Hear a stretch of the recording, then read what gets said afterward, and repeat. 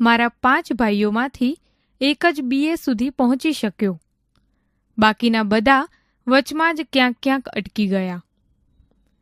અંગ્રેજી કેળવણી પાછળ ભારે ખર્ચ કર્યા છતાં પોતાની ઉમેદ બર ન આવી એમ જોઈ પિતાશ્રી ખૂબ હતાશ થયા હતા. એમણે પહેલેથી જ નક્કી કરેલું કે દત્તુને કોલેજમાં નથી જ મોકલવો. હું મનમાં ચીડાતો, વાંક બીજાનો ને સજા મને થાય છે. પણ મેં કશું કહ્યું નહીં. જ્યારે પહેલે જ વર્ષે હું મેટ્રિક પાસ થયો ત્યારે મારી કંઈક શાખ જામી. તે જ વર્ષે શાળાની આબરૂ જાળવવા અમે મેટ્રિકના 3 વિદ્યાર્થીઓ યુનિવર્સિટી સ્કૂલ ફાઇનલ માટે પણ બેઠા હતા. એ પરીક્ષાનું પણ એ છેલ્લું વર્ષ હતું. એમાં પણ હું પાસ થયો. એટલું જ નહીં, પણ મારો નંબર ઠીક ઊંચો આવ્યો. આ 2 પરીક્ષાને જોરે મેં કોલેજમાં જવાની માંગણી કરી. છતાં પિતાશ્રી 1ના 2 ન થયા. આખરે મેં એમને કહ્યું, તમે જાણો છો કે મારું અંગ્રેજી અને ગણિત બંને સારા છે. મને ઇજનેરી લાઇનમાં જવા દો. પ્રીવિયસની પરીક્ષા પાસ થયા વગર એન્જિનિયરિંગ કોલેજમાં જવાય જ નહીં. એટલે એક જ વર્ષ હું આર્ટ્સ કોલેજમાં જઈશ. મારી આ દલીલથી પિતાશ્રી પીગળ્યા અને એમણે મને કોલેજમાં જવાની રજા આપી. BA, LLB છોડી LCE પસંદ કરવા પાછળ મારી જે વિચાર શૃંખલા હતી તેનું સ્મરણ કરતાં પણ મને શરમ ઉપજે છે. મેં મનમાં વિચાર કરેલો, આપણી પાસે કંઈ એવી મૂડી નથી કે આપણે વેપાર કરી પૈસાદાર થઈ શકીએ. અને વેપારમાં પ્રતિષ્ઠા ક્યાં છે? નોકરી કરતા પગાર કેટલો મળવાનો હતો? લોકો પૈસાદાર થાય છે તે લાંચ લઈને BA, LLB થઈશું તો મામલતદાર કે મુનસફ થવાશે. એ લાઈનમાં લાંચ ખૂબ મળે છે, પણ તેને માટે પ્રજાને કનડવી પડે છે અને અન્યાય કરવો પડે છે. એ તો આપણને ગમે નહીં. એના કરતાં LCE થઈશું અને પહેલા 3 નંબરની અંદર આવીશું તો જોતામાં એન્જિનિયર થઈ શકીશું. મોટા મોટા આલેશાન મકાનો બાંધવા, જંગલમાંથી રસ્તા કાઢવા, પુલો બાંધવા, એ મજા તો આખો જન્મારો મળશે.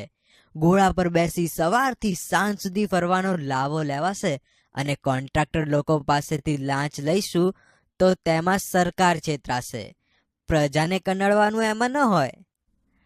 અધર્મમાં પણ ધર્મ બુદ્ધિ હું સાચવું છું એ ખ્યાલથી જ હું મગરૂર રહેતો.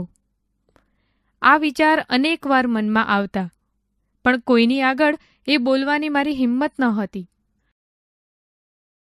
જે દિવસ હું કોલેજમાં દાખલ થવા જવાનો હતો તે જ દિવસે પિતાશ્રી સાંગલી રાજ્યના ટ્રેઝરી ઓફિસર તરીકે 3 લાખ રૂપિયા પુણે લઈ જવાના હતા. પુણેથી રાજ્ય માટે પ્રોમિસરી નોટો ખરીદવાની હતી. સાંગલી સ્ટેશન પર અમે ભેગા થયા. પિતાશ્રી પુણે શા માટે જાય છે તેનું કારણ મેં જાણ્યું. મેં પિતાશ્રીને કહ્યું, નોટોના ભાવ રોજ બદલાય છે. આપણે કંઈક મહેનત કરીશું તો જાહેર ભાવો કરતાં કંઈક સસ્તે ભાવે નોટો ખરીદી શકીશું. રાજ્યને તો જાહેર ભાવ જ બતાવીશું અને વચમાં જે નફો મળશે તે આપણે લઈશું. કોઈને ખબર નહીં પડે ને સહેજે ભારે નફો થશે. પિતાશ્રીએ મારી વાત શાંતિથી સાંભળી એમ મને લાગ્યું. મારી વાતથી એમને કેટલો આઘાત પહોંચાડ્યો હતો એની એ ક્ષણે મને કલ્પના સરખી ન આવી. મેં માન્યું કે મારી સૂચનાની શક્યતાનો પિતાશ્રી વિચાર કરે છે. થોડી વાર પછી પિતાશ્રીએ ગળગળા થઈને કહ્યું, દત્તુ, મેં માન્યું નહોતું કે તારામાં આવી હીનતા હશે. તારી વાતનો અર્થ એ જ છે કે મારે અન્નદાતાને છેતરવા. તારી કેળવણી પર ધૂળ છે.